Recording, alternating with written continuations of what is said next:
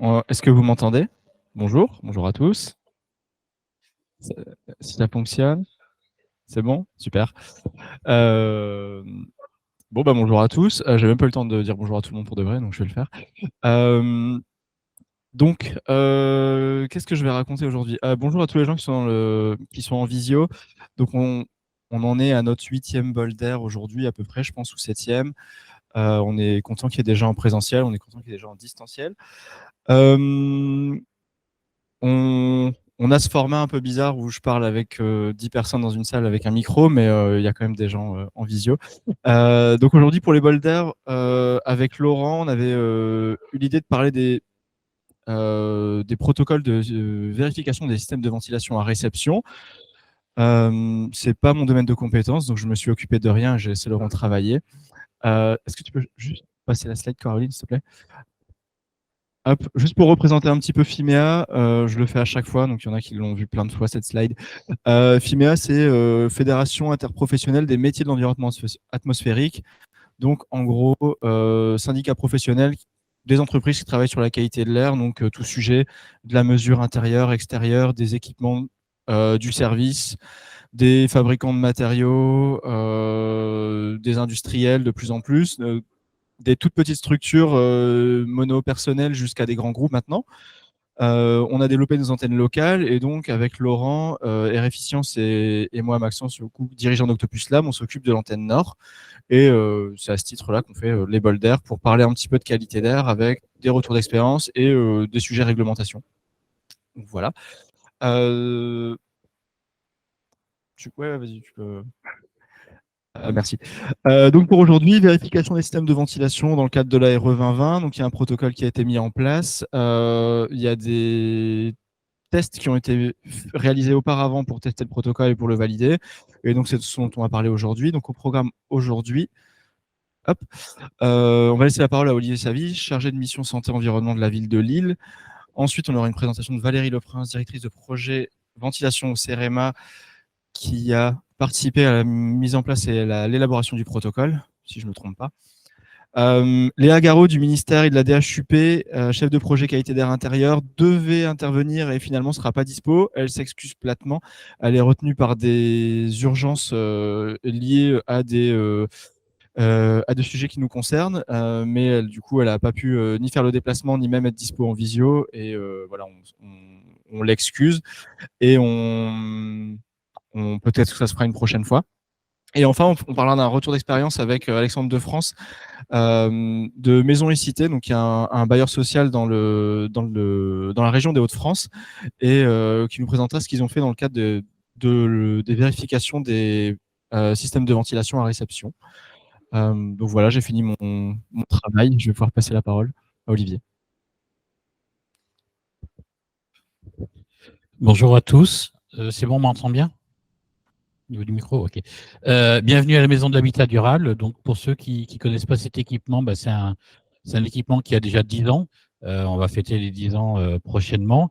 Un équipement de la métropole européenne de Lille et de la ville de Lille et qui a pour objectif d'aider les habitants dans la rénovation et la construction de leur habitat plus simple, plus durable.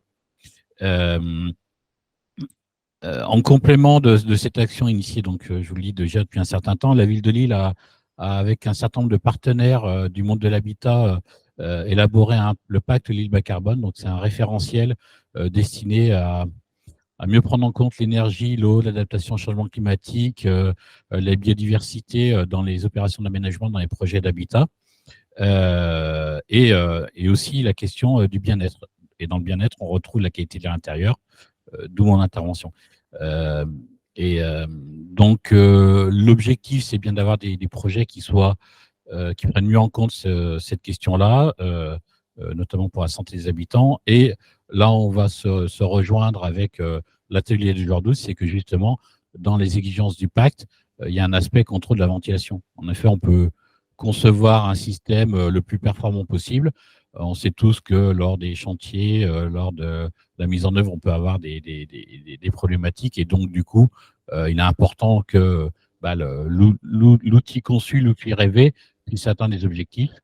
Et donc, la journée d'aujourd'hui va vous permettre effectivement de bien voir effectivement comment est-ce qu'on peut assurer ces contrôles pour avoir l'outil le plus efficient possible. Voilà, je pense que on peut laisser la place à Valérie Le Prince pour la suite de la présentation.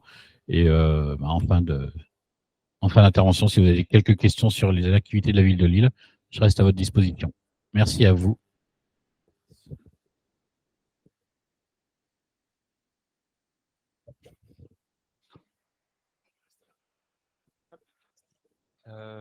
Merci Olivier. On va laisser la parole à Valérie.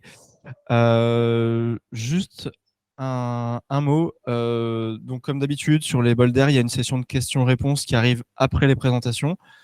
On vous propose de laisser des questions par écrit et on les partagera à l'oral pour que tout le monde puisse en profiter. Et puis, dans la salle, si vous posez une question, vous passerez un micro pour que les gens en visio puissent avoir les questions et les réponses. Voilà. Merci Maxence. Alors donc moi je vais vous parler des exigences de la ventilation en RE 2020, le pourquoi, comment. Donc j'étais plus censée faire le pourquoi et Léa le comment. Donc je vais parler un peu plus longuement du comment du coup pour compenser l'absence de Léa. Donc Léa, oui, elle travaille sur le label Rénovation, BBC Rénovation, qui va aussi avoir des exigences en ventilation justement, et c'est par ça qu'elle est retenue, parce que les textes doivent être publiés très rapidement. Alors du coup je fais, c'est ça. Donc, les exigences réglementaires en France. Ouf, on voit pas, ça va pas être très clair. Enfin bon, vous les connaissez, c'est assez facile. En gros, il y a 3 choses qui régissent la ventilation en France. C'est l'arrêté du 24 mars 82, gravé dans le marbre depuis plus de 40 ans maintenant, qui définit les débits à mettre en place, les débits d'extraction à mettre en place dans les logements. C'est grâce à cet arrêté quand même que depuis plus de 40 ans en France, on a des systèmes de ventilation dans tous les logements, pour la plupart du temps des systèmes de ventilation mécanique, quand dans la plupart de nos voisins des pays européens avoisinants, c'est seulement depuis le début des années 2000 qu'on commence à avoir des systèmes mécaniques dans les logements. Bon, l'arrêté, il n'est pas parfait, hein. On pourra en débattre après. Il y a des choses à améliorer et on est un petit peu coincé avec nos systèmes de ventilation simple flux depuis 40 ans avec cette réglementation. Mais au moins, il a le mérite de garantir, on va dire, de limiter le développement de moisissures à l'intérieur des logements. Ensuite, il y a le Code de l'habitat et de la construction qui a été modifié en 2020-2021 et qui indique que le système de ventilation, alors on parle de système de renouvellement d'air ici et d'évacuation des polluants, doit être tel que l'air intérieur ne mette pas en danger la santé et la sécurité des personnes et évite, sauf de façon passagère, les condensations. Ensuite, qu'est-ce que ça veut dire ne pas mettre en danger la santé et la sécurité des personnes? Ça, c'est tout un débat qu'on est en train d'essayer de régler avec les groupes de travail ESSOC. Mais ça, de la même manière, on en parlera un peu plus longuement plus tard. Et ensuite, il y a l'arrêté du 4 août 2021 sur la RE 2020 qui impose donc pour tous les bâtiments résidentiels désormais d'avoir à réception un commissionnement du système de ventilation, une réception pour vérifier que le système de ventilation fonctionne correctement. Voilà. Donc, je vais commencer par essayer de détailler, d'expliquer pourquoi cette exigence a été mise en place. Ensuite, on parlera un petit peu du contexte européen pour montrer qu'on n'est pas tout seul à mettre en place ce type d'exigence et surtout que ça va devenir véritablement quelque chose d'imposé par la nouvelle directive EPBD. Donc, on prend un petit peu d'avance. Et ensuite, on parlera des exigences à proprement parler. Donc, pourquoi l'exigence RE 2020 ? Il y a de nombreuses non-conformités qui sont constatées. Donc, en gros, il y a une étude qui a été faite au milieu des années 2015, où on s'apercevait que plus de 50% des logements neufs n'étaient pas réglementaires. C'est-à-dire qu'il y avait un système de ventilation qui était installé, mais qui ne fournissait pas les débits réglementaires. Plus d'un logement sur 2 construit ne respectait pas la réglementation d'un point de vue ventilation. Ce qui est assez énorme et surtout, ce qui est assez frappant, c'est que la réglementation, on l'a dit, elle date de 1982, donc ça faisait quand même plus de 30 ans que la réglementation était là, donc on devrait savoir faire. Les systèmes n'ont quasiment pas changé depuis 1982, à part de l'IGRO qui est arrivé un petit peu de plus en plus à partir du début des années 2000, mais globalement, les systèmes sont les mêmes en termes de dimensionnement de l'IGRO ou de l'auto, ça ne change pas grand-chose. Et malgré ça, on a toujours plus de la moitié des logements qui ne fournissent pas les débits et surtout, on ne voyait aucune amélioration. On était sur une stabilité de la non-conformité depuis des années. Ces statistiques-là, on les avait, donc à l'époque, c'était le CT de Lyon, les CT, pardon, avant le CEREMA, qui faisait du contrôle des règles de construction, donc qui ne contrôlait que 3-4% des bâtiments qui sortaient de terre et qui faisait des statistiques à partir de ces contrôles. Désormais, c'est plus c'est plus le CEREMA qui fait les contrôles des règles de construction. Mais tout ça pour dire que les personnes qui faisaient ces contrôles à l'époque étaient des personnes qui étaient qualifiées, expérimentées et qui savaient faire. Enfin, donc les pourcentages de non-conformité étaient des vraies non-conformités. Voilà. Ces non-conformités, ça coûtait de l'argent, concrètement, et ça coûtait de l'argent aussi aux installateurs, puisque quand on regarde le dispositif SICODE, donc SICODE, c'est un dispositif qui permet de rassembler toutes les plaintes liées à la garantie décennale, à la garantie de dommage d'ouvrage. Okay, donc, c'est l'AQC qui centralise ça, qui récupère tous les systèmes, enfin, toutes les causes de dégradation qui ont mené à un appel de la dommage d'ouvrage. Et on voit que la ventilation était mise en cause, et en particulier, principalement, pour des problèmes de condensation et d'humidité dans les logements, mais aussi pour des problèmes d'infiltration d'eau, souvent quand les entrées d'air ne sont pas faites, d'étanchéité à l'eau quand les entrées d'air ne sont pas faites correctement. Et alors, bon, il y a autres qui regroupent tout un tas de choses, et on peut noter aussi les problèmes acoustiques liés à la ventilation. Donc, ça coûte cher. Les impacts des non-conformités, alors ça, on a fait le protocole Promévent résidentiel, enfin le projet Promévent résidentiel, vous en avez peut-être déjà entendu parler avant. Quand on a fait le projet Promévent résidentiel, l'objectif c'était de mettre en place un cadre de contrôle pour les systèmes de ventilation en résidentiel. On s'est aperçu à la fin du projet que on avait beaucoup de soucis en sensibilisation, parce qu'en fait, que ce soit les contrôleurs ou les installateurs, ils ne comprenaient pas certains points de contrôle. Pourquoi est-ce qu'il y avait besoin de contrôler ça? Quel était l'intérêt de le faire? Donc, quand on a fait le projet Promévent tertiaire, on s'est dit, il faut donner des fiches d'impact, il faut expliquer pourquoi on fait ça, pourquoi ça coûte plus cher de faire mal que de bien faire, et pourquoi derrière, c'est un intérêt de contrôler, parce que finalement, c'est comme ça qu'on vérifiera que le bâtiment fonctionne bien. Donc, on a fait ce travail dans le tertiaire, pas dans le résidentiel, malheureusement, parce qu'on ne l'avait pas fait dès le premier projet, de voir quel était l'impact d'une mauvaise étanchéité de réseau, quel était l'impact d'avoir des composants sales ou obturés, c'est-à-dire de ne pas changer les filtres concrètement dans le système de ventilation, de mal régler le ventilateur ou la CTA, de mettre trop de pression, de mal isoler les conduits, de ne pas avoir des horaires de fonctionnement adaptés pour la centrale de traitement d'air, quels étaient les impacts en termes de consommation de chauffage, en termes de consommation des ventilateurs, et chauffage et clim, thermique en général, et en termes de détérioration de la qualité d'air intérieur. Donc, on a fait des fiches de... Je veux bien la diapo suivante, s'il vous plaît. Merci. On a fait des fiches de sensibilisation, vraiment, pour expliquer, voilà, concrètement, déjà, comment on a fait le calcul, rapidement, de manière assez didactique, comment on a fait le calcul et combien ça coûte de ne pas avoir des systèmes étanches. Tiens, la slide suivante, s'il vous plaît. Voilà.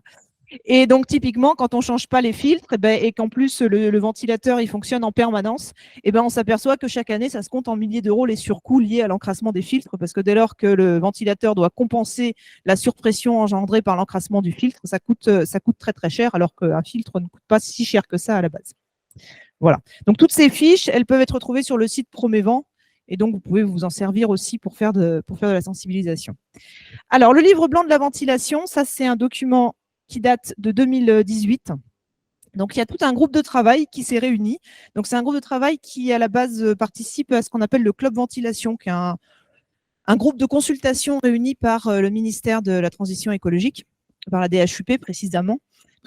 Et donc, tous ces acteurs se sont réunis pour essayer de voir, de se mettre d'accord sur ce qu'il faudrait faire pour améliorer les systèmes de ventilation. Il y a eu de longues heures de discussion pour tomber d'accord sur un point. Il y avait une chose sur laquelle tout le monde est d'accord, à savoir, enfin tout le monde était d'accord, à savoir qu'il fallait mettre en place une attestation de fin de chantier pour vérifier la conformité des systèmes de ventilation. Donc, quand je dis tout le monde, voilà, ça regroupait à la fois, le CEREMA évidemment on est là, mais la CAPEB, la FFB, le COSTIC, le CETIAT, la QC, enfin voilà, l'idée c'était Calibat, Uniclimat, les industriels de la ventilation, donc, et donc tous ces gens-là étaient d'accord pour dire l'important, la première chose à faire pour la ventilation conforme, c'est d'aller les contrôler à réception et de s'assurer qu'au moment où le bâtiment est livré, le système de ventilation fonctionne. Et donc, ce livre blanc qui date de mai 2018, c'est ce qu'il y a derrière permis de mettre en place cette exigence en RE 2020, puisque ça montrait que l'ensemble des partenaires étaient favorables à cette nouvelle exigence. Donc, que font nos voisins européens? Ça, c'était l'autre question à poser. Donc, nos voisins, j'ai pris la Finlande en premier. Alors, il n'y a pas vraiment de logique dans l'ordre dans lequel je l'ai pris, ni géographique, ni de mieux au meilleur, ou enfin, du moins bien au meilleur, pas du tout. Les Finlandais, ils ont une exigence depuis, si je ne dis pas de bêtises, 2017, normalement, leur réglementation. Je ne l'ai pas écrit. Bon. Ils imposent l'inspection obligatoire à la mise en service du système de ventilation avec mesure de l'étanchéité à l'air des conduits, sauf en maison individuelle où ils peuvent se contenter de justifier qu'ils ont utilisé des composants de classe d'étanchéité C. Un débit d'air qui doit être maximum plus ou moins 20% par pièce dans chaque pièce du logement qui doit être contrôlée. Et ils contrôlent la puissance du ventilateur. Et là encore, ils ont droit à un écart de maximum plus 10% par rapport à ce qui était prévu initialement. Donc en Finlande, voilà, c'est les 3 points de contrôle à réception de tous les bâtiments. Là, on ne parle pas uniquement du résidentiel, on parle de tous les bâtiments. Et donc, c'est l'initiateur du projet de construction, donc le maître d'ouvrage, qui est responsable de cette inspection. Ensuite, en Suède, pardon, on reste dans le Grand Nord. En Suède, ils ont une habitude de commissionnement des systèmes de ventilation très, très ancienne. Hein. Ils ont commencé dès les années 70 à vraiment faire des réceptions des systèmes de ventilation. Donc, c'est Boverket, c'est dans les livres Boverket, c'est l'OVK qui fait ça. Alors, c'est plus des DTU que des réglementations, véritablement, mais c'est très appliqué. Il y a une obligation d'inspection initiale du système de ventilation, mais aussi d'inspection récurrente, en particulier pour les bâtiments tertiaires, qui doit être faite dans les bâtiments.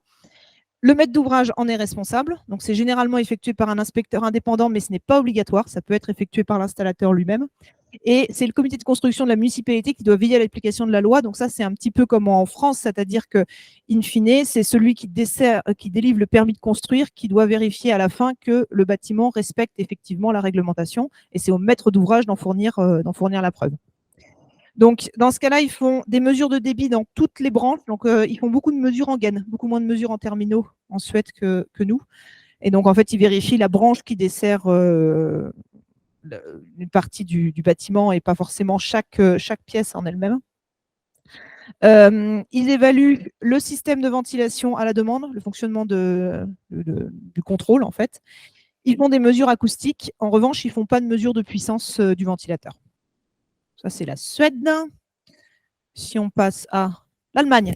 Alors, l'Allemagne, eux, n'inspectent que si le système de ventilation est associé à un système de clim.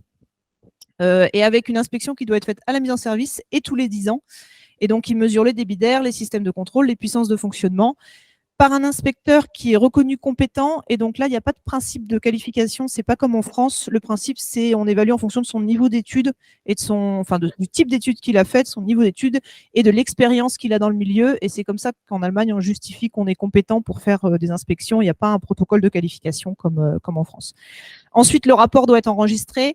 Les premiers retours ont été que concrètement, il y a beaucoup moins d'enregistrements que prévu. Donc, il semblerait qu'en Allemagne, cette réglementation, elle ne soit pas véritablement appliquée encore. Mais bon, ils vont y venir. Alors, j'ai gardé ce que j'estime être le meilleur pour la fin, à savoir l'exigence en Belgique. En plus, c'est tout près d'ici. Donc, dans leur processus PV, alors, ce n'est pas la Belgique, hein, c'est la Flandre. Je reprécise. On dit souvent Belgique pour généraliser, mais c'est applicable en Flandre. Donc, depuis le 28 octobre 2015, ils sont obligés, au démarrage d'un chantier, de justifier que la ventilation a bien été prise en compte et que la préconception du système de ventilation est conforme à la réglementation. Et à la réception, ils doivent faire vérifier par un opérateur qualifié et indépendant la bonne mise en œuvre du système de ventilation. Alors, ils ont un système très intéressant qui est un système d'amende, c'est-à-dire qu'il y a un prix par mètre cube par heure manquant. Donc, s'il manque 2 mètres cubes par heure, ça va coûter 20 €, par exemple, c'est pas trop grave. Donc, ils ne sont pas forcément obligés de remettre en conformité pour 2 mètres cubes par heure, ils peuvent payer l'amende. En revanche, quand il commence à y avoir beaucoup de non-conformité, à la fin, l'addition s'ajoute et donc ça fait une amende chère et donc il vaut mieux remettre en conformité. C'est leur manière à eux d'imposer beaucoup de points de contrôle, mais de ne pas être strict sur l'obligation de forcément remettre en conformité. C'est-à-dire que des fois, pour des petites choses, le maître d'ouvrage a préféré payer l'amende que faire des travaux extrêmement coûteux qui finalement vont pas forcément avoir un gros impact derrière sur la qualité d'air, quoi. Donc uniquement pour les bâtiments résidentiels, construction neuve et rénovation majeure. Et donc depuis le 15 décembre 2017, il y a un organisme de qualité indépendant qui va superviser la qualification des testeurs, des inspecteurs qui vont venir faire cette inspection. Donc en l'occurrence, il y a BCCA, qui est aussi celui qui certifie pour la mesure d'étanchéité à l'air, les opérateurs de mesure d'étanchéité à l'air. Et alors, ce qui est intéressant, c'est leur système d'audit de leurs inspecteurs chez BCCA. Donc, le principe, si on peut passer à la slide d'après, c'est qu'un inspecteur, il doit, avant d'aller faire le contrôle, rentrer le dossier sur le site internet de BCCA. Donc, il rentre toutes les caractéristiques du bâtiment. Ça lui donne un numéro de dossier. Le jour où il va faire le contrôle, au moment de commencer le contrôle, il envoie un SMS à BCCA en disant numéro de dossier, machin, start. Voilà, il fait son contrôle. À la fin, il envoie un SMS, numéro de dossier, fin. Et en fait, BCCA a 15 minutes pour envoyer un message en disant on va venir vérifier que vous avez fait le contrôle correctement. Et donc, ils se déplacent sur site. Alors évidemment, ils commencent le déplacement au moment où ils ont le SMS de start. Et donc, ils arrivent sur site potentiellement faire un contrôle. Et donc, au départ, ils contrôlaient jusqu'à 10% des inspecteurs. Enfin, en gros, quand l'inspecteur commence sa carrière, il est contrôlé environ 10% de ses inspections par an. Et puis, au fur et à mesure, si ça se passe bien, la fréquence des contrôles s'espace. Mais donc, ça leur permet véritablement d'avoir un cadre qualité hyper serré pour les contrôleurs, puisque, enfin, ils n'ont aucun intérêt à gruger, puisque derrière, ils risquent de se faire contrôler et de se faire tirer leur qualification assez facilement.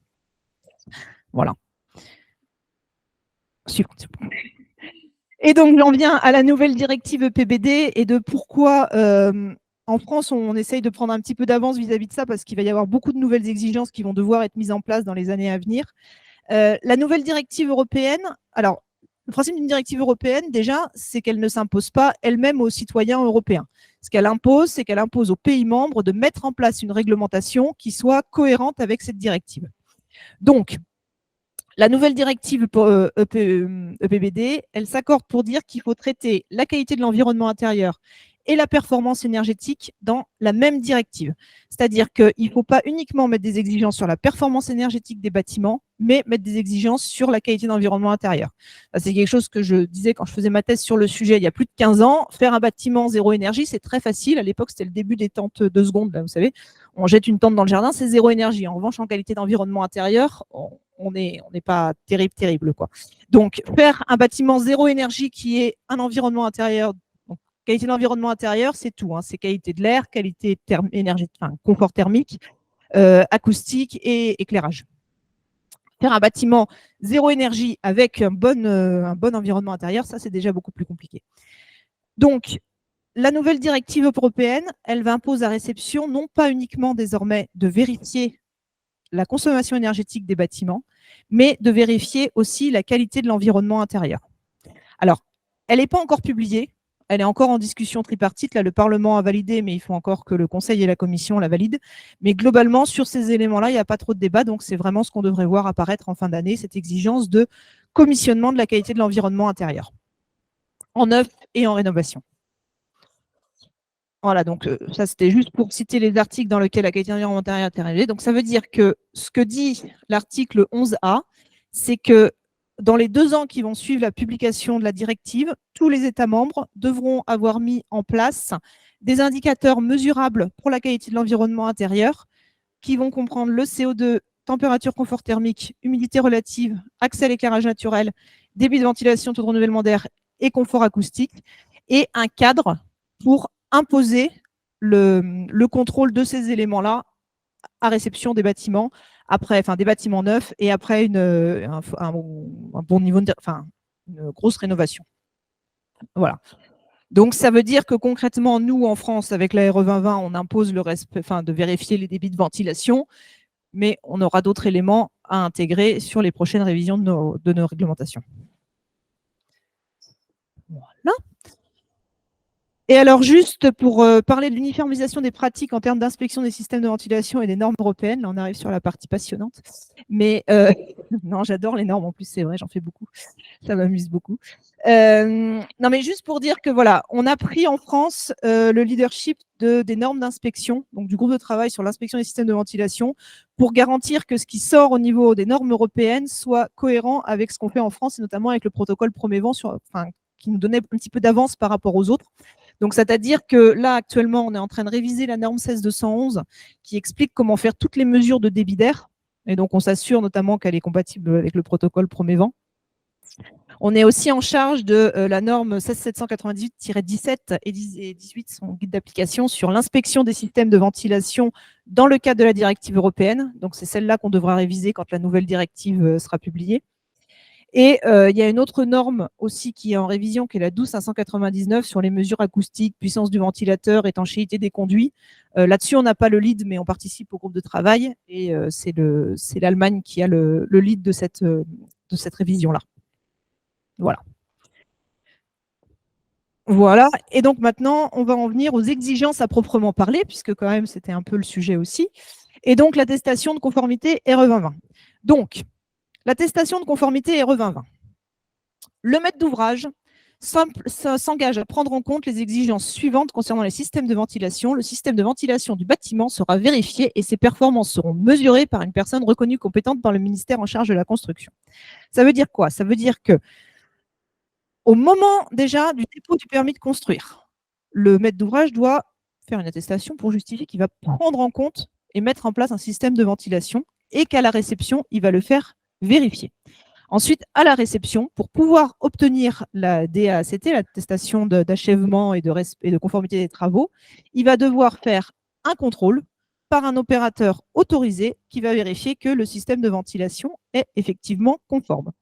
Ça s'applique à tous les bâtiments résidentiels, les maisons individuelles et les bâtiments collectifs, et les systèmes de ventilation, pour l'instant, simple flux et double flux, simple flux par extraction et double flux, sachant que sur les autres systèmes de ventilation, alors simple flux, auto ou hygro, ça inclut les deux, sachant que sur les autres systèmes de ventilation, c'est en cours de développement pour que tout le monde soit aligné à la même enseigne. Ça on couvre déjà 98%, on va dire, des bâtiments neufs là actuellement.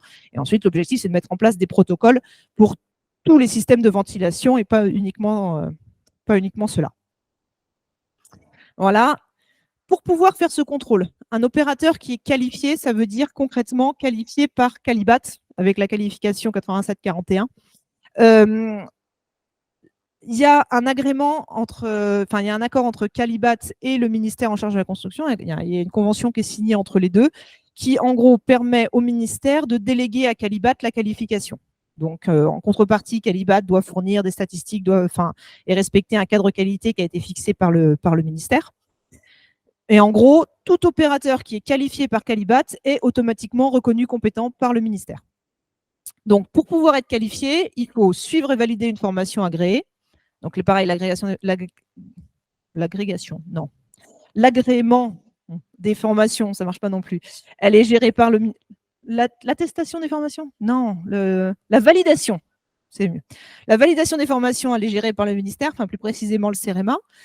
À la fin de la formation, il y a un examen théorique et un examen pratique. Et ensuite, l'opérateur doit, en plus de la validation de cette formation, justifier d'un minimum d'expérience auprès de Calibat et envoyer des rapports qui sont évalués par la commission Calibat. L'inspecteur, dans ce cadre-là, est soit complètement indépendant du client, du concepteur et des installateurs. Donc ça, c'est ce qu'on fait de la même manière pour la mesure d'étanchéité à l'air. Petite différence sur la partie ventilation. L'installateur, il peut aussi être en charge de... l'inspecteur, il peut être aussi l'installateur en charge de l'ensemble du lot ventilation. C'est-à-dire pas être indépendant, mais responsable du lot ventilation s'il y en a un. Pourquoi ça? L'objectif, c'était justement d'inciter à créer des lots ventilation dans les chantiers. On s'aperçoit actuellement que souvent, les entrées d'air, elles sont faites par le menuisier, le système de ventilation par le plombier ou l'électricien, et il n'y a pas de cohérence globale qui est vérifiée, et donc c'est aussi pour ça que nos systèmes sont aussi peu conformes. Donc, en mettant cette autorisation à un installateur en charge du lot complet ventilation de faire le contrôle à la fin, à condition d'être qualifié, hein, ça en retire en rien le fait qu'il doit être qualifié par Calibat aussi. L'idée, c'est d'essayer de pousser à la mise en place de plus en plus de lots ventilation. Voilà. Et donc, le protocole d'inspection, alors, il a été tiré du protocole Promévent. Donc, le protocole Promévent, c'était un projet de recherche qui était financé par l'ADEME, qui avait mis en place, enfin, qui en gros avait listé tous les points de contrôle qu'on peut avoir à faire dans un système de ventilation. Dans le cadre de la RE 2020, il y a un groupe de travail qui s'est mis, qui a dit OK, on garde comme protocole obligatoire ces points-là, donc il y a plus de 60 points de contrôle, qui inclut pré-inspection, diagnostic visuel, mesure des débits, et qui va dire si on est conforme ou non conforme. Donc, à la fin, pour obtenir la déclaration attestant l'achèvement et la conformité des travaux. La mesure d'étanchéité à l'air des réseaux n'est pas obligatoire, sauf si une meilleure classe que la classe par défaut est utilisée dans le calcul énergétique. Voilà. L'échantillonnage est autorisé, donc on ne voit pas la slide, mais là l'idée c'est de dire que voilà, sur des gros projets, on n'est pas obligé de contrôler exactement, enfin en tout cas on ne contrôle pas tous les logements dans un bâtiment collectif, et quand on a un gros projet de maison individuelle, on a aussi le droit de faire de l'échantillonnage. Voilà. Slide suivante. Et donc, le principe du protocole, c'est d'abord qu'il est disponible et diffusable gratuitement. Et ça, c'est important puisque la plupart des normes ne sont pas gratuites. Là, ce n'est pas une norme, c'est vraiment un protocole réglementaire. Donc, c'est gratuit et c'est accessible à tous. C'est téléchargeable sur le site de la RE 2020. Et donc, n'importe qui peut y avoir accès et faire de l'autocontrôle. Aussi, ça, c'est important. Et surtout, chaque point de contrôle, donc là, c'est par exemple une bouche de ventilation est démontable et nettoyable, etc., fait référence, on ne voit pas bien, mais ça fait référence à un numéro de fiche. Et pour chaque point de contrôle, il y a une fiche qui explique précisément pourquoi on fait ce contrôle déjà, comment on fait le contrôle et qu'est-ce qui est bon et qu'est-ce qui n'est pas bon. Donc avec des exemples illustrés, valide, pas valide. Voilà. Donc l'idée, c'est que on ait un protocole qui soit le plus reproductible possible, que si 2 inspecteurs viennent dans le bâtiment à 2 jours d'intervalle, ils aient les mêmes conclusions à la fin. Okay, donc on a essayé de le cadrer au maximum, ce qui n'est pas simple en soi, parce qu'il y a tellement de points de contrôle que forcément on peut avoir des divergences, mais ces fiches d'application, elles sont là justement pour être le plus didactique possible. Voilà, et aussi il y a des schémas qui expliquent précisément ce qui est bon et ce qui n'est pas bon. En gros, quand on mesure le débit par pièce, on prend en compte l'incertitude. Et donc, si on est au-dessus ou alors un petit peu en dessous, mais qu'avec l'incertitude, on repasse au-dessus de la limite, c'est bon par pièce. Okay, en revanche, quand on prend le débit global du logement, là, il faut qu'au total, on soit au-dessus. C'est-à-dire qu'en gros, si dans une salle de bain, vous êtes à 10 au lieu de 15, mais qu'avec l'incertitude, on arrive à 15, bon, ça ferait beaucoup. Alors, on ne va pas faire 10 au lieu de 15. On va dire 14, voilà. Si on est à 14, bon, avec l'incertitude, on passe au-dessus de 15, c'est bon. Puis dans la cuisine, on est à 37, donc on est un peu au-dessus, c'est bon aussi. La somme des deux, on va se retrouver un tout petit peu au-dessus de la valeur réglementaire. OK, 37, 35, donc on est bon. En revanche, si on a 34 et 14, en global, ça ne va pas fonctionner. Voilà, c'est l'idée. Voilà, et on a aussi des tableaux qui permettent de définir précisément quel appareil de mesure on peut utiliser en fonction du type d'entrée d'air, enfin d'insufflation ou d'extraction, là encore pour limiter l'incertitude de mesure et favoriser la reproductibilité du protocole. Et j'en ai terminé.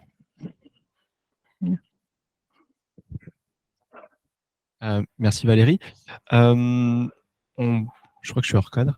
On passera à des questions après, si vous le voulez bien. Comme ça, on enchaîne les présentations. Vous avez des questions derrière?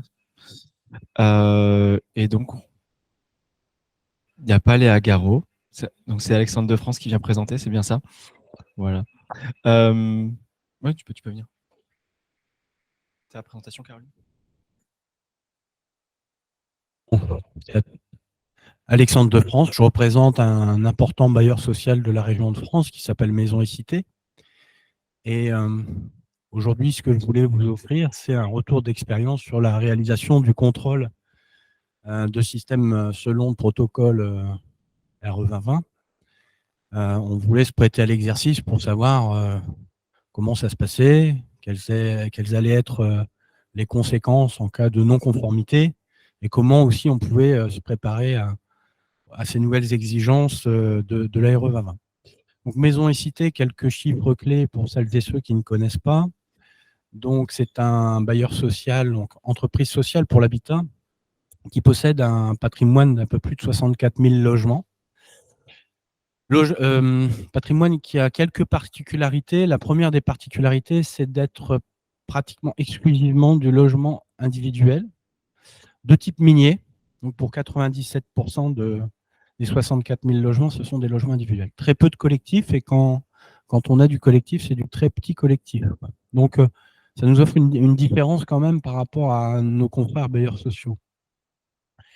C'est un parc très ancien aussi, hein, donc il y a plus de 3/4 de ce patrimoine qui date d'avant 49.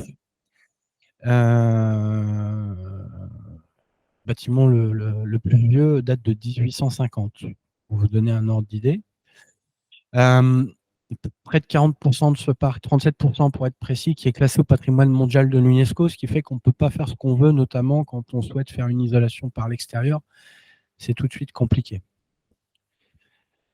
En termes de volume de logements traités, en construction neuve, c'est plus de 600 logements par an. Et en réhabilitation, c'est plus de 2000 logements. Nous sommes inscrits dans le cadre d'un programme qui s'appelle l'ERBM, l'engagement pour le renouveau du bassin minier. Ce qu'il faut retenir de ça, c'est que en fait, c'est un contrat passé avec l'État pour accélérer en fait, la rénovation de notre parc de logements, puisque classiquement, nous rénovions entre 1100 et 1200 logements par an, et puis l'État est venu nous donner un coup de pouce pour accélérer l'amélioration énergétique de nos passoires, notamment, hein, tout ce qui est classé en EFG et qui va passer à la moulinette. Donc, en termes de chiffre d'affaires, c'est plus de 300 millions d'euros à l'année, et on a investi quand même 275 millions d'euros dans la maintenance, réhabilitation et le développement du patrimoine. Donc, ça inclut notamment des opérations de construction neuve, locative et en vente en état futur d'achèvement. Voilà, je pense qu'on peut passer. Merci. Alors, avant de rentrer dans le dur, je pense que tout maître d'ouvrage a déjà rencontré des difficultés avec des systèmes de ventilation, hein, c'est le cas chez Maison et Cité. Néanmoins, je voulais quand même valoriser certaines pratiques qui me semblent intéressantes, hein, notamment, Valérie Leprince en a parlé avant, le protocole Promévent. Désormais, on le généralise dans tous les chantiers de réhabilitation RBM. Ce n'est pas encore le cas pour toutes les opérations de construction neuve, notamment en VFA, hein, puisque avec la relation avec les promoteurs, enfin, on avait un peu plus de mal à les contraindre. On généralise les mesures de débit-pression lors de la mise en service de nos équipements. Alors, en fait, on a des prestataires d'entretien multiservices qui notamment entretiennent la chaudière, entretiennent la VMC, notamment. Et leur contrat les oblige à faire des mesures de débit-pression en fonction du système de VMC. C'est un bon début, ce n'est pas parfait. Mais effectivement, nous, il est important aussi d'avoir les résultats qu'on analyse. Parfois, ce n'est pas les bons appareils de mesure. Voilà. Donc, moi, j'ai retrouvé il n'y a pas longtemps du 200 mètres cubeurs sur une VMC simple auto-réglable. Voilà. Il faut s'interroger. Et également, on a un accord cadre pour la fourniture de VMC avec un fabricant. Donc, c'est suite à un appel d'offres et ça nous permet de maîtriser un certain nombre de choses, notamment d'avoir des packages dans lesquels on a les bonnes entrées d'air, on n'a pas à se poser des questions, les bouches.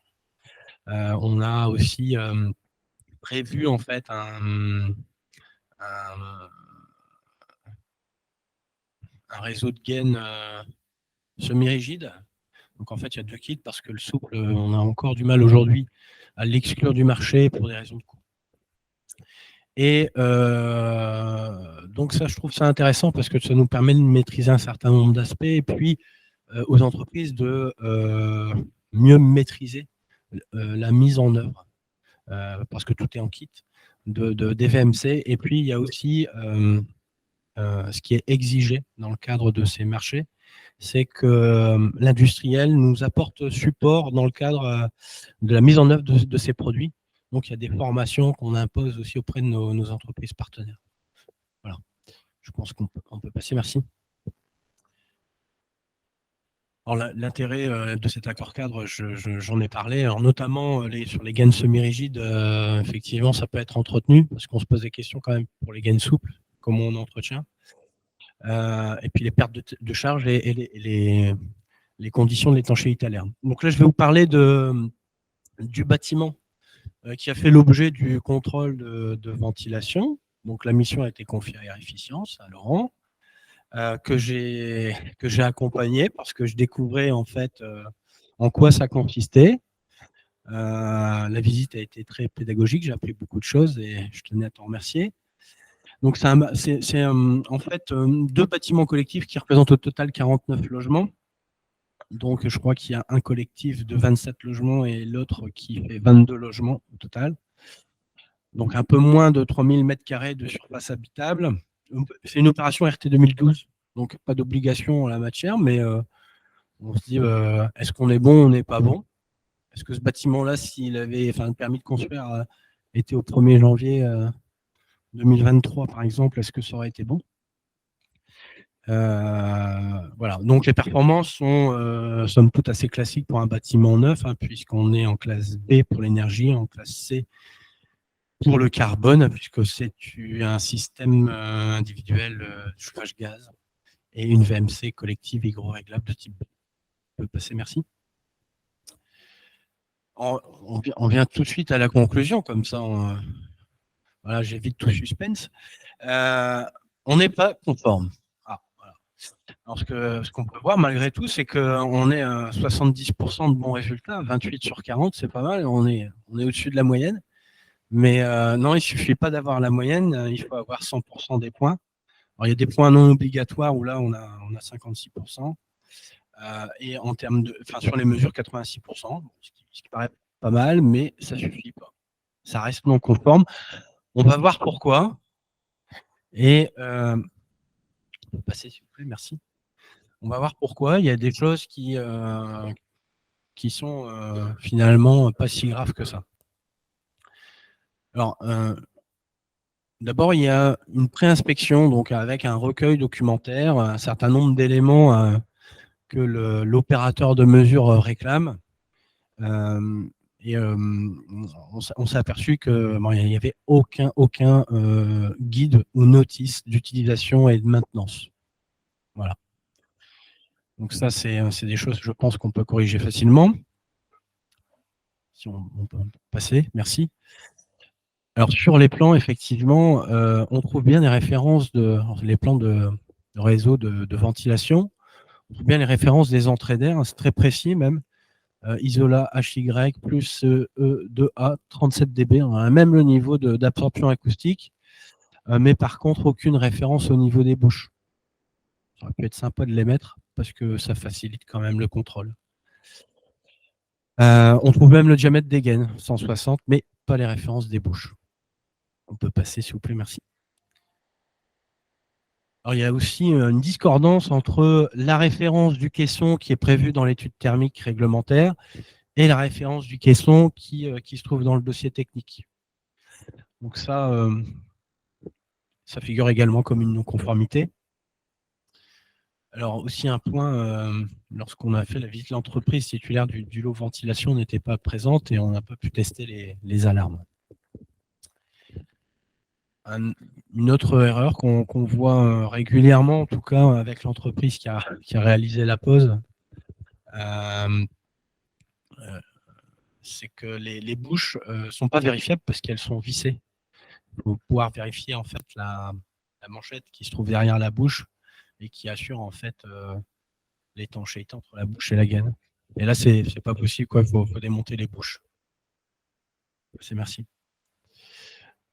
Là, on a typiquement module d'entrée d'air qui est absent sur le coffre de volet roulant.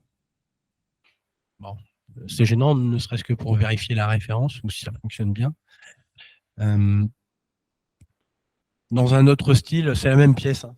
C'est pas un montage. Dans la même pièce, il y a effectivement 2 mortaises sur 2 fenêtres différentes. Donc ça, c'est pas conforme à la vie technique. J'en ai presque terminé. J'ai été relativement rapide.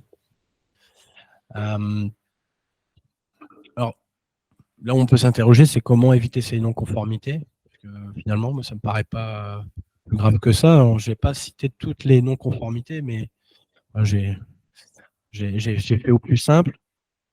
On aurait pu effectivement éviter quelque chose, enfin, éviter pas mal de choses en mettant en œuvre une sorte de démarche qualité entre guillemets, tout au moins voilà, exiger dans les pièces marché un certain nombre de choses, un dossier technique dans lequel on retrouve un certain nombre d'informations dans les plans, les références des bouches d'extraction, les références des entrées d'air, le type de caisson, son accessibilité aussi, parce qu'il arrive parfois qu'on ait des entrées qui ne nous donnent pas accès aux caissons, c'est gênant. Et la vie technique et les notices d'entretien de maintenance et d'utilisation, des choses qui finalement sont assez simples et je pense que l'installateur peut facilement nous les livrer. À nous d'être vigilants aussi, maître d'ouvrage, hein, voilà, quand on livre un logement, un bâtiment, là en exploitation, quand on est bailleur social, et c'est bien d'avoir une traçabilité des matériels qu'on met en œuvre. Alors, il y a quelque chose aussi qu'on pourrait mettre en place, c'est d'impliquer un peu plus le maître d'œuvre dans la validation du dossier technique. Aujourd'hui, ça existe déjà des phases visa, alors peut-être pas pour cet aspect-là, mais on pourrait effectivement étendre la démarche visa à la vérification du dossier lié à la VMC. Bien entendu, avant qu'il ne soit transmis à l'opérateur de mesure, ça permettrait de rectifier et d'aller, recoller les morceaux manquants. Vérifier les concordances entre les références matérielles installées, on l'a vu tout à l'heure par rapport aux caissons. Ça peut avoir une influence, puisqu'un caisson de ventilation, ça a une consommation moteur, qui est prise en compte dans l'étude thermique. S'il y a une discordance, il faut le signaler au thermicien et puis qui remouline tout ça dans son étude thermique pour avoir les bons résultats. Et puis alors quelque chose qui paraît évident, mais en l'occurrence, nous, on n'a pas réussi à l'avoir, c'est la présence de la personne qui est titulaire du lot ventilation, notamment pour faire les essais au niveau des alarmes, parce qu'on n'est pas forcément habilité à manipuler les armoires électriques à sa place. Et puis, pourquoi pas, on le fait déjà en matière d'étanchéité à l'air, c'est de prévoir des pénalités en cas d'absence à ce rendez-vous. Pénalités qui pourraient être dissuasives, hein. On peut imaginer qu'elles soient portées pas seulement au prix du déplacement, mais au prix de la prestation complète. Il y a peut-être des solutions.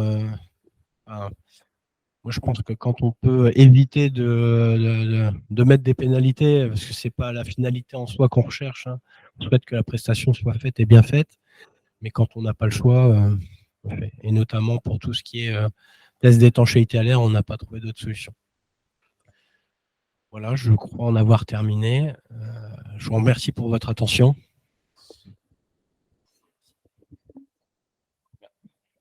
Merci beaucoup. On peut passer à une session de questions-réponses pour les...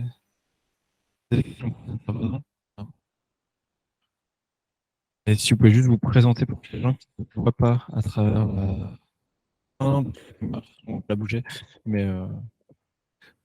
Donc je suis Laurent Henry, je suis gérant de Ventile Pure Habitat, je suis ventiliste sur le Nord et le Pas-de-Calais. Notre cœur d'activité, c'est principalement la VMC double flux dans les maisons passives type très performantes, des maisons très performantes type passive. Et alors j'ai quelques questions. Ma première, c'est on va dérouler le protocole ventilation RE 2020 quelques jours avant la réception. Si on est en écart, est-ce que le propriétaire du bâtiment peut faire la réception? Est-ce qu'il peut rentrer dans la maison? Quelles sont les conséquences? Alors, Alors, j'ai mon anti-sèche de Léa qui a répondu à toutes les questions techniques réglementaires, donc je vais lire mon anti-sèche. Donc, en gros, si le système de ventilation n'est pas conforme, il ne peut pas y avoir l'attestation d'achèvement et de conformité des travaux. Logique. Donc, c'est-à-dire que, et en cas d'absence de cette attestation, le maître d'ouvrage n'aura pas l'attestation délivrée par la mairie attestant la conformité des travaux. Donc, son bâtiment ne respecte pas la réglementation. Donc, il se livre et s'expose à des sanctions prévues en cas de contrôle des règles de construction, qui peuvent aller jusqu'à 45 000 € d'amende, concrètement. Et pour les cas plus graves, une interdiction d'exercer ou une peine de prison pour le maître d'ouvrage. Donc, techniquement, il n'est pas autorisé de livrer un bâtiment qui ne soit pas conforme aux règles de construction. Ensuite, donc normalement, ça, c'est censé être suffisamment dissuasif pour éviter la triche. Voilà. Après, c'est l'intérêt du maître d'ouvrage qui a payé la prestation de l'installateur de vérifier que l'installation elle est conforme à la réglementation. C'est-à-dire que quand un client demande un bâtiment, en général, il demande à ce qu'il soit à peu près beau, machin, enfin, on va s'inquiéter de l'architecture et tout. Conforme à la réglementation, c'est le niveau de base, quoi. C'est ce qu'on exige forcément. Donc, c'est aussi l'intérêt du maître d'ouvrage de pouvoir faire revenir, grâce à ça, l'installateur et de dire, bah, là, c'est pas conforme à la réglementation, donc vous revenez mettre en conformité. Voilà. Merci pour la question. Il y a une... Que ce même client, alors nos projets, on est entre 10 et 15 000 € pour le système de ventilation dans l'habitat. Et moi, mes clients, ils me disent, je ne veux pas de cette bouche horrible à mettre en cuisine, de la bouche BBB cuisine. Et je trouve que dans le protocole, finalement, on ne se soucie pas tellement du propriétaire final sur ce côté esthétique, parce que finalement, il n'y a pas le choix. Je n'ai pas le choix, je n'ai rien d'autre à lui proposer. Et je trouve qu'on ne se soucie pas non plus du côté acoustique, parce que pour nous, dans ce type d'installation, on est, sans donner trop de chiffres, on est autour de 40 pascal de paire de charge dans notre réseau. Et puis, pour faire fonctionner cette fameuse bouche cuisine bidébi, il faut que l'on augmente d'à peu près une cinquantaine de pascal la pression dans le réseau. Donc, on va augmenter la consommation. Enfin, il y a tout un tas de désordre derrière.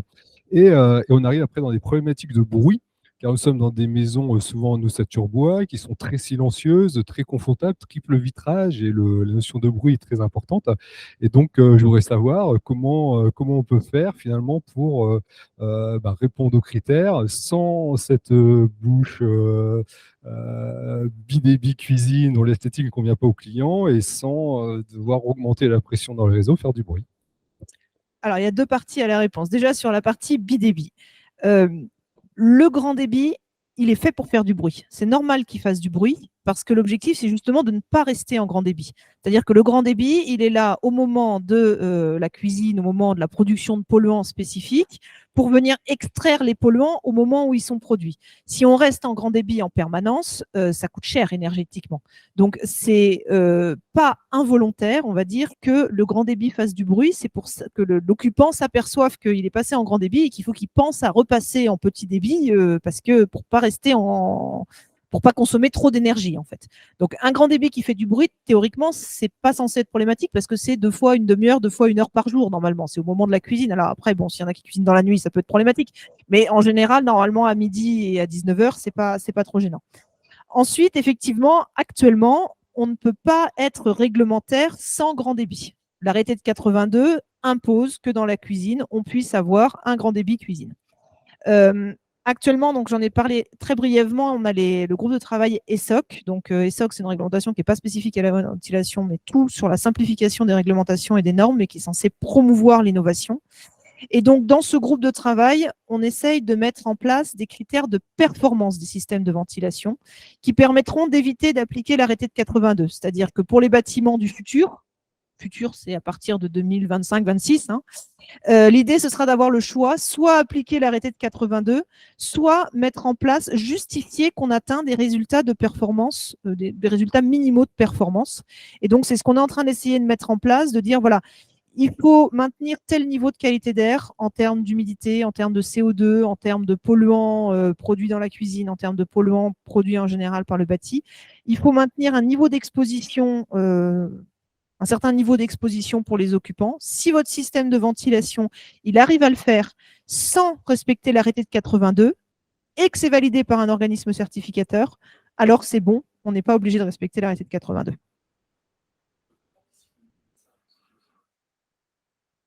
Pour l'instant, il faut respecter l'arrêté de 82. Il n'y a pas de plan B actuellement. Alors, il y a un dispositif France Innovation qui permet, si, de demander à caractère innovant, de justifier du caractère innovant du process et de demander une expérimentation sur un système. Et ensuite, donc, ça imposera de justifier année après année que le système, une fois installé, fonctionne correctement. Et si ce n'est pas le cas, de réinstaller un système conventionnel. Donc, c'est quand même assez contraignant. Et vu les temps de traitement des dispositifs France Innovation Expérimentation, je vous conseillerais d'attendre 2025. D'attendre 2025, qu'il y a un cadre plus précis. Enfin, c'est faisable. C'est-à-dire que le dispositif existe déjà, est faisable, mais la contrainte, c'est que vous pouvez mettre en place ce dispositif sous réserve que ce soit validé. Ensuite, il rentre dans une période d'expérimentation qui va vous imposer de faire des mesures pour vérifier effectivement les niveaux de qualité d'air. Ces niveaux de qualité d'air, et si les niveaux ne sont pas suffisants, il faudra ensuite changer le système de ventilation pour remettre un système conventionnel. Donc, c'est un peu risqué. Voilà. Merci. Juste, la question d'esthétisme, je suis pas sûr qu'elle puisse vraiment, si votre client il peut l'entendre ou pas, il y a une question juste de réglementation qui doit normalement lui mettre dans l'idée que c'est pas une question d'esthétisme, c'est une question de. Ouais, moi j'aime pas les clignotants. Je trouve que la couleur orange va pas bien et le bruit j'aime pas trop le clic clic clic, mais je mets quand même les clignotants parce qu'il faut mettre les clignotants, c'est code de la route. Non mais j'exagère, je sais.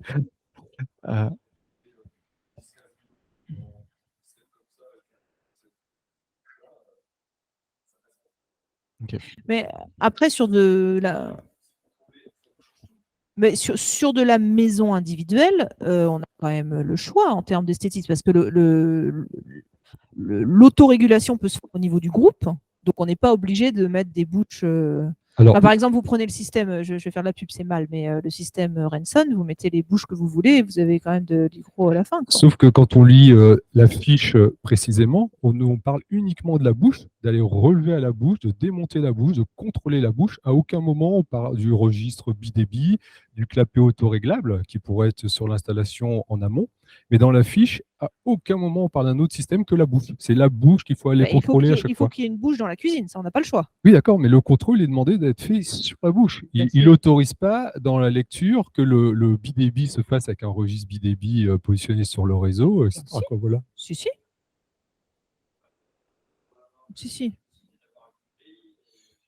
On peut faire la mesure. En tout cas, dans le texte, à chaque fois, c'est la bouche qui doit être comme ça. C'est le débit à la bouche dans le sens le débit dans la pièce qui doit être respecté. C'est ça qui doit être vérifié. Mais ça n'empêche pas d'avoir... il y a tout un tas de systèmes en individuel où le contrôle se fait au niveau centralisé, le registre, et pas à la bouche. Il n'y a pas de problème. Alors, comment le contrôleur va aller faire ce contrôle-là qu'il doit faire à la bouche avec la référence, etc. Parce que le registre BDB, il n'aura pas accès, il est dans le réseau. Il mesure le débit. Ah, en le mesurant, oui. Ben oui, mais c'est obligatoire de mesurer le débit. Et la bouche doit quand même être démontable pour pouvoir être nettoyée. Donc, il n'y a pas de... Voilà, en tout cas, dans la fiche, ça n'apparaît pas aussi clairement. Quoi, voilà, mais je vous remercie. Oui. Je l'ai relu plusieurs fois. On va le protocole d'application tout à l'heure. Mais alors, en collectif, c'est plus compliqué. Je l'accorde, parce qu'en général, il n'y a pas un groupe par logement en collectif. Mais en individuel, normalement, c'est pas un problème. Il me semble aussi que... Ouais. Et il y a bien une distinction, il faut bien regarder dans les annexes, la distinction individuelle et collective. Hein. Donc, c'est pas...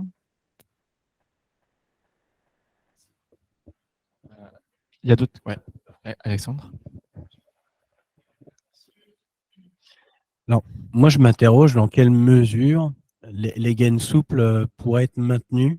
On sait qu'il y a 50%, vous citiez tout à l'heure, d'installation qui ne fonctionne pas en France. Je crois qu'on peut imputer ça en partie au gain flexible, enfin souple. En l'occurrence, qu'est-ce qui nous permet de faire? Est-ce qu'on aurait moyen, techniquement, de faire comme on fait en étanchéité à l'air, de faire des tests intermédiaires, parce qu'on sait que quand il y a des pertes de charge liées à un réseau de gain qui est tortueux, une fois que le mal est fait, les faux plafonds sont posés, ça coûterait très très cher de revoir leur parcours de gain. Est-ce qu'il y a un moyen d'éviter ça, et peut-être réaliser un contrôle en phase intermédiaire, comme on fait en étanchéité à l'air, afin d'éviter d'avoir à tout faire, quoi, et pouvoir rectifier les réseaux de gain tortueux?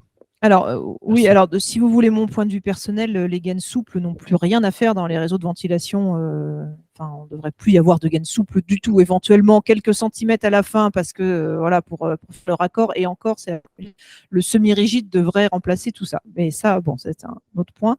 Le contrôle intermédiaire, oui, clairement. Enfin, comme vous avez parlé de démarche qualité, semblant de démarche qualité, pour vérifier à la fin on a le résultat, faire un contrôle intermédiaire, effectivement, ce serait la base, de vérifier dès que le système est installé, que le débit y est avant que tous les doublages soient terminés, quoi, dans l'idéal.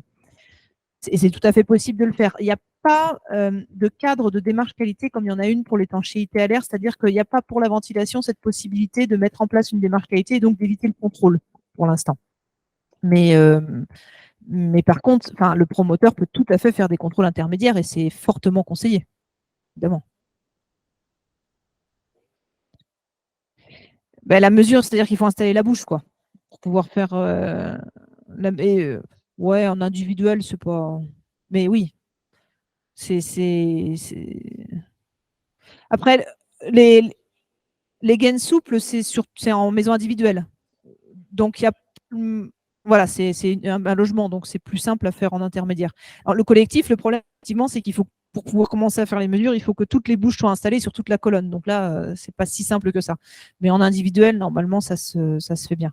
Mais la gaine souple, il faut la bannir parce que ça peut marcher au départ, peut-être, éventuellement, si elles ont été bien tirées et tout. Mais dès qu'elles commencent à gondoler parce qu'il y a un peu de condensation dedans ou qu'elles sont écrasées, etc., enfin, ça c'est pas pérenne du tout comme système. Le problème, c'est que c'est moins cher, oui.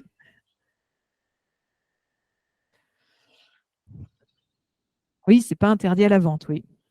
Effectivement. Il y a peut-être des choses à interdire à la vente avant la gaine souple quand même si j'aime pas trop les gaines souples, mais bon, voilà.